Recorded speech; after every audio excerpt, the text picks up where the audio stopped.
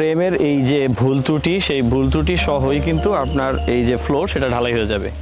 তো ফ্রেমের ভুল ত্রুটি সহ যদি ঢালাই হয়ে যায়, ফ্রেম স্ট্রাকচার এমন একটি স্ট্রাকচার বা এমন একটি নির্মাণ যেটা দ্বিতীয়বার রিপেয়ার করা সম্ভব না। তো প্রিয় দর্শক মণ্ডলী, আমরা মুন্সিগঞ্জ জেলার সিরাজদি খান থানার রাজানগর ইউনিয়নের খালপাড় নামক জায়গায় আমাদের 0182 জনাব শাহিনুর সাহেবের যে চারতলা বাড়ি, সেই বাড়ির ফ্লোরের যে কাস্টিং, ফ্লোর এবং গ্রেড বিমের যে কাস্টিং, সেটার পূর্ববর্তী সময় এসেছি। তো একটা বিষয় আপনাদেরকে সবসময় বলি এবং সেটা আমরা করেও দেখাই, যে ঢালাইয়ের পূর্বে আপনাকে এটা রেইনফোর্সমেন্ট চেক করা লাগবে।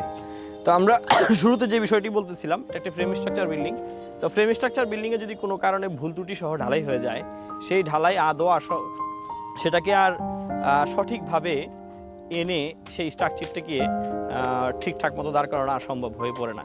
তো এই জন্যই আমরা ফ্রেম স্ট্রাকচারের ক্ষেত্রে অনেক বেশি চেষ্টা করি যে ফ্রেমটাকে যেন একেবারেই নিখুঁতভাবে এবং মজবুতভাবে দাঁড়া করানো যায়। তো সেই প্রচেষ্টার থেকেই আমরা এখন দেখতে পাচ্ছেন যে গ্রেড বিম এবং আমাদের যে ফ্লোর, এটা কিন্তু দুইটা লেয়ারের ফ্লোর। সাধারণত এই ভুলটাও অনেকে করে ফেলেন, সেটা হচ্ছে যে এক লেয়ারেই পুরো ফ্লোরটা ঢালাই দিয়ে দেন। ফ্লোরটা ঢালাই দেওয়ার পরে কি হয়, আপনার এখানে হাইটটা কমে যায়, ফ্লোরটা ভেঙে আবার নামাতে হয়। অনেক সময় দেখা যায় যে ফ্লোর হয়তো একসাথে ঢালাই দেন না, কিন্তু গ্রেড বিমটা একসাথে ঢালাই দেন।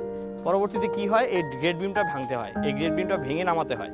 তো এই জন্য আমরা কিন্তু শুরুর দিক থেকেই আমাদের যে এখানে ঠিকাদার আছে এবং মিস্ত্রি যারা আছে তাদেরকে দিক নির্দেশনা দিয়ে গিয়েছি, যাতে তারা এই ভুলটা না করে।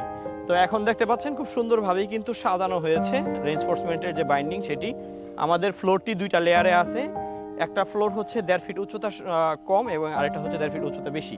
উপরের যে মেইন ফ্লোরটা আমাদের, সেই ফ্লোরটা হচ্ছে ভূমি থেকে আপনার 4 ফিটে আছে, আর যেটা আমাদের নিচের ফ্লোরটা সেটা 2.5 ফিটে হবে। তো এখন ঢালাইয়ের পূর্ববর্তী সময় আরও কিছু জিনিস থাকে যেগুলো হচ্ছে আপনাদের সাথে একটু শেয়ার করা দরকার। আমার হাতের যে ব্লকটি দেখতে পাচ্ছেন, এই ব্লকটি বেশ চওড়া। এই ব্লক চওড়া দেওয়ার একটা কারণ আছে। আমরা যখন ছাদের ভিতরে ব্লক ইউজ করি তখন 1 ইঞ্চি বাই 1 ইঞ্চি ব্লকগুলো ইউজ করতে পারি, কিন্তু এই ক্ষেত্রে এই জায়গায় আমরা প্রায় 3 ইঞ্চি বাই 3 ইঞ্চি অথবা 2.5 ইঞ্চি বাই 2.5 ইঞ্চি ব্লকগুলো ইউজ করে কথা বলি। এটার কারণ হচ্ছে ম্যাক্সিমাম গ্রাউন্ড কভারেজ কভার করা। যখন ম্যাক্সিমাম গ্রাউন্ড কভারেজ বেশি নিয়ে কাজ করবে, তখন এই ব্লকটা নিচের দিকে বালিতে ডেবে যাবে না। উপরে যেহেতু আমরা ফ্রম শাটার যেটা আছে, শাটার ফ্রমওয়ার্ক, একটু ঘুরায় দেখাও আশেপাশে ব্লকগুলো। তো আমরা যখন শাটার ফ্রমওয়ার্কের উপরে ব্লকিংগুলো করি, তখন আমাদের ছোট ছোট ব্লক হলেও সেটা ডেবে যায় না নিচে, যেহেতু নিচের সারফেসটা অনেক বেশি শক্ত থাকে। আর এখানে যেই ফ্লোরটা যেখানে ঢালাই হচ্ছে তার নিচে বালু দেওয়া, বালু যেহেতু একটি নরম সারফেস, এই সারফেসে আপনার ব্লকগুলো ডেবে যায়।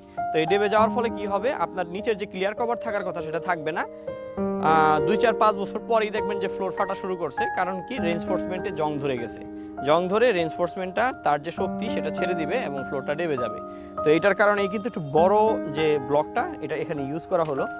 এবং আরেকটি গুরুত্বপূর্ণ বিষয় হচ্ছে আপনার যে রেইনফোর্সমেন্টের বাইন্ডিংয়ের যে স্পেসিংগুলা, সেটার জন্য ক্লিয়ার কভার মেনটেন করা। আমরা দুই সাইডেই ক্লিয়ার কভার মেনটেন করার জন্য যতটুকু স্পেসিং নেওয়া দরকার, সেই স্পেসিং নিয়ে এখানে কিন্তু ব্লক দিয়ে সম্পূর্ণ বিমটিকে সুরক্ষিত করা হয়েছে। তো কালকে যখন ঢালাই হবে, সেই ঢালাইয়ের ব্যাপারে আমাদের একটা ব্রিফ করা থাকবে যে কী রেশিওতে ঢালাই হবে। সেই রেশিও অনুযায়ী সঠিকভাবে ঢালাইটা সম্পূর্ণ হলেই ইনশাআল্লাহ এই বিল্ডিংয়ের যে অবকাঠামোগত মজবুত, সেই দিকটা অনেকটাই নিরাপদ থাকবে, সেই আশা এবং প্রত্যাশা ব্যক্ত করছি। এবং পরবর্তীতে এই বিল্ডিংয়ের যে আরও কাজ হবে, সেগুলো ন্যূনতম ধারণা পাওয়ার জন্য আপনাদের সাথে শেয়ার করা থাকবে। সেই পর্যন্ত সবাই ভালো থাকবেন, সুস্থ থাকবেন। আসসালামু আলাইকুম।